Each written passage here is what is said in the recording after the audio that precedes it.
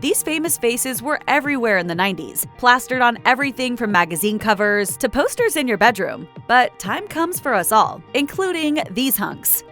The 1990s gave us Beverly Hills 90210, one of the biggest shows on television at the time, and one of the most reliable generators of certified heartthrobs. In addition to dreamy guys like Luke Perry and Brian Austin Green, the show also gave us Jason Priestley, a pretty boy who had some of the bluest eyes you've ever seen. It's a free country and I'm not going to keep my mouth shut anymore. Priestley still acts, including on the CW show Wildcards. You're more likely to recognize him if he comes across your Instagram feed, however, thanks to the helpful clue that is his username. In between posts about various fan conventions he attends with former Beverly Hills 90210 cast members, Priestley spends a lot of time online these days hawking Pilates classes at the studio he runs in Nashville. Though he's clearly much older now and no longer has enough hair for the classic pompadours that made him famous, those blue eyes still shine through. You can't make this list without Jonathan Taylor Thomas. The home improvement star was like a legend among 90s kids, even showing up in a voice-only role as Simba in The Lion King. These days, Thomas rarely appears in public, at least where cameras can see him, but he has taken on a few TV roles since going full grown-up. He doesn't really look like the blue-eyed, long-haired kid whose photos adorned many a high school locker back in the day. Instead, he just looks like a normal guy. He also hasn't acted at all in a decade. He last appeared on screen in a few episodes of Last Man Standing, a sitcom that reunited him with Tim Allen, who played his father on Home Improvement. Man, you look familiar. That's the last time Thomas did press, too. He told People, "I think at this point, I'd eventually like to work behind the camera." He said he'd consider acting again someday, too, but 10 years on from the last time he showed up on TV, that hasn't happened. Still, it's safe to say that there are plenty of fans from back in the day who would welcome him back with open arms.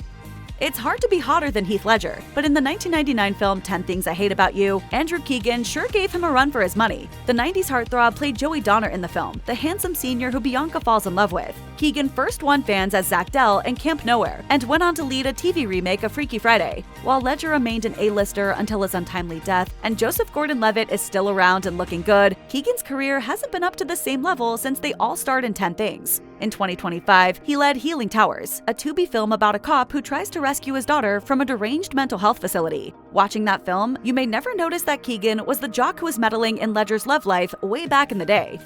If we're having a discussion about heartthrobs in the 1990s, we have to mention that it was a decade full of boy bands. Backstreet Boys and NSYNC were two of the biggest groups in all of pop music, giving fans plenty of men to choose from as their favorite one to obsess over. One such boy band member was Joey Fatone, always memorable as part of NSYNC because of his goatee. Hey, it was the 90s. Leave him alone. In recent years, Fatone has made a career shift. He's now a Broadway star, performing multiple times a week in shows like Six, a musical about the wives of Henry VIII. If you were to see Fatone on stage in his elaborate period costume, now sporting a big gray beard instead of his goatee, you might never know he sold out stadiums alongside Britney Spears. Saved by the Bell initially premiered in 1989, but the vast majority of its run aired in the 90s, launching its cast to teen heartthrob stardom. The show centered on Zach Morris, played by Mark Paul Gosselaar. He was a heartthrob in his own right, a bit of a class clown who sported some goofy, ultra-90s hairstyles. Nowadays, you'd be forgiven for never piecing together that the dark-haired, bearded hunk who still stars on shows like Pitch and Franklin and Bash once walked the hills of Bayside High. Oh, please, call me Zach, and please, call me tonight. But that's okay with Gosselaar. After all, he too has trouble recalling his 90s heyday. He told People, "This, for us, was over 30 years ago. It was work, so I don't think most people can remember their workdays."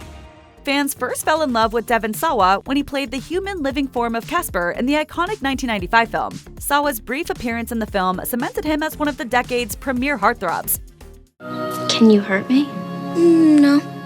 Can I hurt you? No.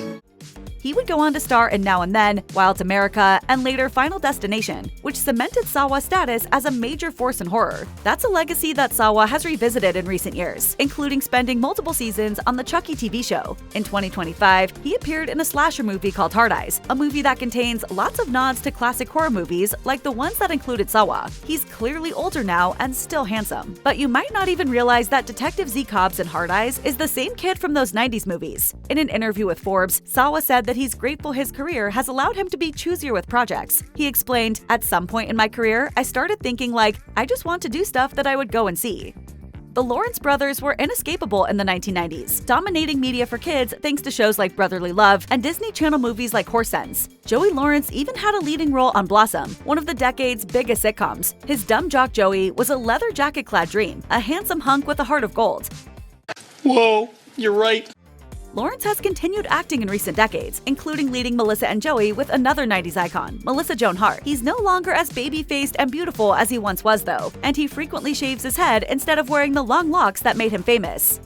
Johnny Depp first hit screens in A Nightmare on Elm Street and 21 Jump Street, two iconic 1980s properties. But by the time the 1990s rolled around, he was a full-blown heartthrob. In 1990, John Waters cast him as a pretty boy with an edge in Cry Baby, and that decade also kicked off his many collaborations with Tim Burton, including Edward Scissorhands, Ed Wood, and Sleepy Hollow. There was no denying those cheekbones, and he even won people over thanks to his talent too, in movies like What's Eating Gilbert Grape and Fear and Loathing in Las Vegas. In recent years, however, Depp's story has taken an ugly turn. He was accused of domestic violence against his former wife Amber Heard, and when he sued her in turn for defamation, the resulting trial was full of unforgettable moments that are still reverberating around pop culture to this day. She brought up the situation of her fecal matter on the bed. Gone is the pretty boy Depp of Cry Baby and the like. Instead, he wears his hair longer these days. He sports questionable facial hair, and he has an attitude that merely reminds people of the violence in his personal life rather than the decades he spent as a heartthrob. There was no arguing with Brendan Fraser's beauty in the 90s. He astonished audiences with his shredded physique in George of the Jungle, dazzled fans as the swashbuckling adventurer Rick O'Connell in The Mummy, and was even the object of Ian McKellen's affections in the excellent 1998 drama Gods and Monsters. Though he's continued working in recent years, putting in appearances on shows like The Affair and Doom Patrol, most audiences were reintroduced to Fraser in the 2022 film The Whale. He won an Oscar for his portrayal of a morbidly obese man who's trapped in his apartment and living out his last days, and audiences were stunned to see that the thoroughly middle-aged man underneath the fat suit was Fraser. Promoting that film, he told Today that he'd intentionally taken a step back to dial down the level of fame he'd achieved in the 90s, saying, I was also kind of on a merry-go-round and wanted the music to stop. He added that even though he looks different now, he doesn't mind. Fraser added, I'm a lot more comfortable in my own skin.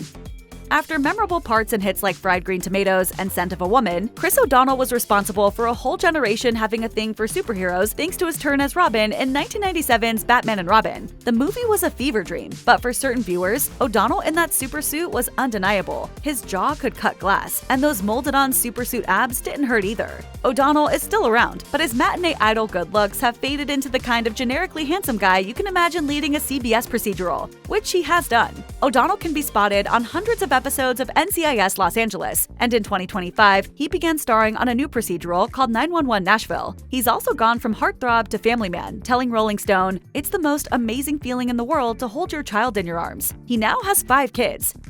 As we've already noted, the 1990s loved making heartthrobs out of both boy bands and groups of famous brothers. Hanson was both. They were the hitmakers behind the inescapable 90s tune Mbop, and they were also siblings. They sported long hair and were so young that people often confused them for a group of sisters rather than brothers. But those who got it, got it. Hanson are still together and making music, but they're no longer as baby-faced as they once were. Instead, they just look like a group of guys, a collection of similar-looking dudes who play rock music that's a far cry from the bubblegum pop of their early days. Still, thanks to their 90s heartthrob images, they continue to get asked for their hair care tips whenever they step out in public. Isaac Hanson told Today that there was really nothing special about their long locks, reporting, "I wish that we had an ability to say something to people about our hair, anything other than I use random shampoos." To the surprise of his brothers, Zach Hanson, on the other hand, had one suggestion. He revealed, Every 6 weeks, probably I don't put shampoo in my hair. Many 1990s heartthrobs have come through the ringer and have emerged on the other side, like Edward Furlong, star of such hits as Terminator 2: Judgment Day. He was long-haired and troubled, ultimately struggling significantly in the wake of his massive superstardom several decades ago. Thankfully, Furlong was able to turn things around. He doesn't look like he used to, but that's okay. Furlong isn't trading on his looks anymore and is focused on getting himself healthy after years of substance abuse. He updated fans on Instagram in 2025, revealing that he'd been sober for 7 years and counting. He wrote, "I'm facing my life head on, no longer running away. I am very grateful to be sober today. I used to live life in fear. I despised myself, but I actually never really took the time to get to know myself, and there has been so much that has been worth discovering."